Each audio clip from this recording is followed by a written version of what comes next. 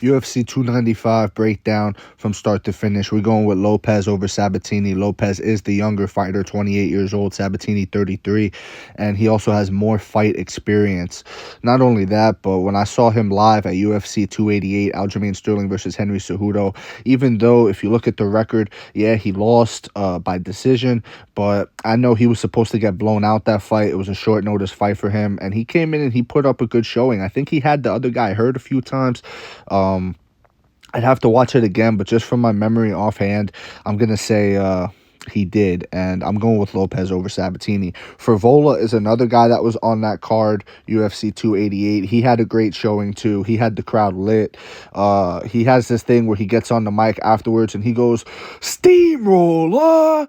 And the crowd goes, "Steamroller," and it's fun, you know what I mean? He's a fun fighter. Matt Steamroller Frivola. It rhymes, it's catchy, it works.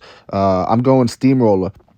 I think he has a lot of momentum behind him, and I think he's carrying that in. He just seems like I don't want to say it's his time, but I just think he has that momentum behind him, and I think he's going to go through Saint Denis. That's my take on it, especially in New York, you know what I'm saying? Because he's like from the area. I'm pretty sure he's from New York. So, yeah, I'm going Matt Steamroller Frivola, and he gets Madison Square Garden up off their feet, and he has like one of those moments that makes him go from these fights against people like Saint Denis. Nothing wrong about him, but to the more known fights, you know what I mean? This is a lightweight bout. Maybe Steamroller could get a fight with Bobby Green. Maybe Steamroller could get a fight with, the winner of Patty and Tony. Like, you know what I mean? Like, he's going to go into that echelon after this fight. That's my opinion. Then you got McKenzie Dern versus Jessica Andrade. Jessica Andrade should win this fight. I think Jessica Andrade on the feet is a mismatch. She's going to go up there and put McKenzie Dern in like a tornado spin, washing machine spin cycle with those hooks. Every punch is going to hurt, but I think McKenzie Dern is very, very tough, and she will withstand it. I could see her breaking to it, however, but the grappling is where I get concerned, because I know that Jessica is very strong and things like that, but sometimes she has these performances where she just doesn't look like herself at all, and she gets steamrolled, she gets ran through. And I think McKenzie Dern could show that, but other than Jessica having an off night, I don't see this going anywhere. I think both of these two at their best, Jessica wins. McKenzie Dern's jiu-jitsu is her big advantage, but I don't think she has a way to get it to the floor. I don't think she has the ability to go in there, get a takedown, and work her jiu-jitsu. I think she could pull guard. I think she can get in some sort of position maybe, but I don't think she has the wrestling ability to go out there and consistently get a dominant position. Then you have Pavlovich versus Aspinall. I'm going Pavlovich on this. I think Pavlovich on short notice is a bad idea. 2 weeks notice for Tom Aspinall. He's been saying it all week too. Like, if you listen to his interviews, he's got a different style, Tom Aspinall. I like his style, but it's like he's saying stuff that's like, should you be saying that? You know what I mean? Like, it's okay for me to think that, but should you be the one thinking it too? I feel like at certain level, you have to be crazy. Like Connor, for example, right? Connor had this crazy, almost delusional confidence. And that confidence led into some great, fantastic performances. But then again, like I said, delusional confidence. Maybe Tom doesn't want to come off as delusional. But is it really delusional if you believe it? That's the difference. People like Connor and shit like that, they believe it. So, I don't know. As for the matchup, Aspinall can go in there and get a quick takedown on Pavlovich, and Pavlovich could look like a fish out of water, and he can get beat up and all things like this. That's possible. But it's also possible that Pavlovich stops the first takedown defense, right? The first takedown attempt, rather. He stops it. And now all of a sudden, Tom Aspinall's in a spin cycle, and he's coming forward. And the level of aggression that Sergey Pavlovich brings is something that needs to be noticed. The aggression that he has, his ability to go forward and really put you under pressure, but also with intent to hurt, with real intention to hurt you and knock you the fuck out and get you out of there. You get what I'm saying? Sergey has that. He has that intensity, that immediate power. Like I would say Sergey has the strength advantage over Tom Aspinall as well, but he has the temperament. He has the temperament over Tom Aspinall. And I think Tom Aspinall can go in there and he's talking about, I'm going to get it done however way and all this stuff. But I just think that comes from not having a game plan. That's the short notice of it. It's not enough time to, one, develop a game plan, and two, to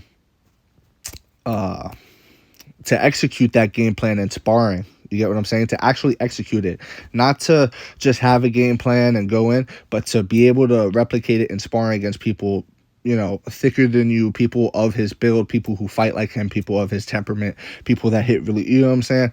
He didn't go through that 8-week, 12-week camp that most fighters usually go through. He went through a fucking 14-day, yeah? Like 4 o'clock in the morning, and it's like, all right, I guess I'm doing this. You know what I mean? Props to him.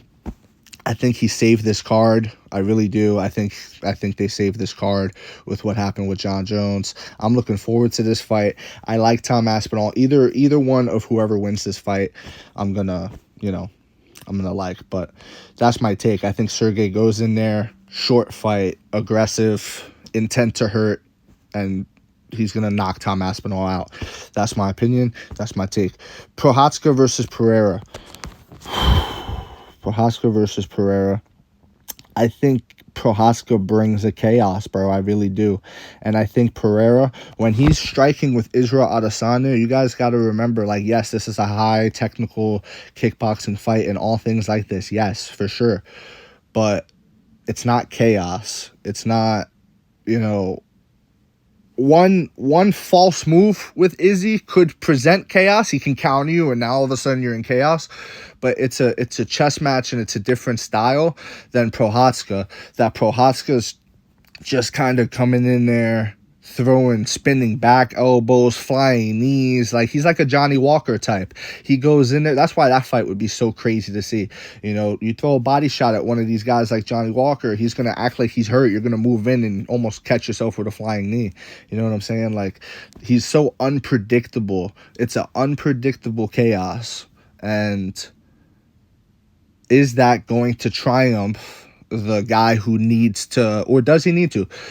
Does he need to go in there and assess? Does he need to go in there and have the distance? Does he need to do all of these things and analyze, as opposed to, can he thrive in the chaos? Can he thrive in the unpredictability? A lot of times, right, when you see MMA guys versus boxers, or when you see things like this, a lot of times it works because you don't have for example, punching in boxing is different from punching in MMA. Tyson Fury versus Francis Ngannou. Francis Ngannou, when he was in there, clinched up with him, he was using basically takedown defense. Every time Tyson would clinch, Francis would do exactly what he would do in the UFC if a fighter tried to clinch him. He would frame on the neck, push off, angle out, and hit on the break. And, that's when you're a boxer and you're not dealing with other fucking guys that know how to do that. Like, no other boxer knew how to defend the clinch the way Francis knew how to defend the clinch, guys.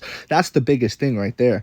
And that's the thing. It's that unorthodoxy that you don't see often that catches you. It's not the fucking 10-time kickboxing champion who surprises you, right? Because again, Pereira and Izzy, like he did, and like I said, Izzy, if he catches you, it's gonna be devastating, like it was. But we all know how close that fight was. We all know how hurt Israel Adesanya was. We all know, you could say Alex, was turning up, got caught turning up on him a little bit too much, and Izzy caught him, which is what happened. But listen, I only got 10 minutes. I gotta wrap this up. But listen, Prochazka is gonna bring a look to Alex Pereira that he hasn't quite seen. He's going to bring a level of unorthodoxy. He's going to bring a level of unpredictability, all things like this. So for me, I'm leaning towards Yuri Prochazka. I'm leaning towards it. But Pereira, big, strong guy, you know. Who knows if Fury could mix into wrestling. This is my take, something to think about.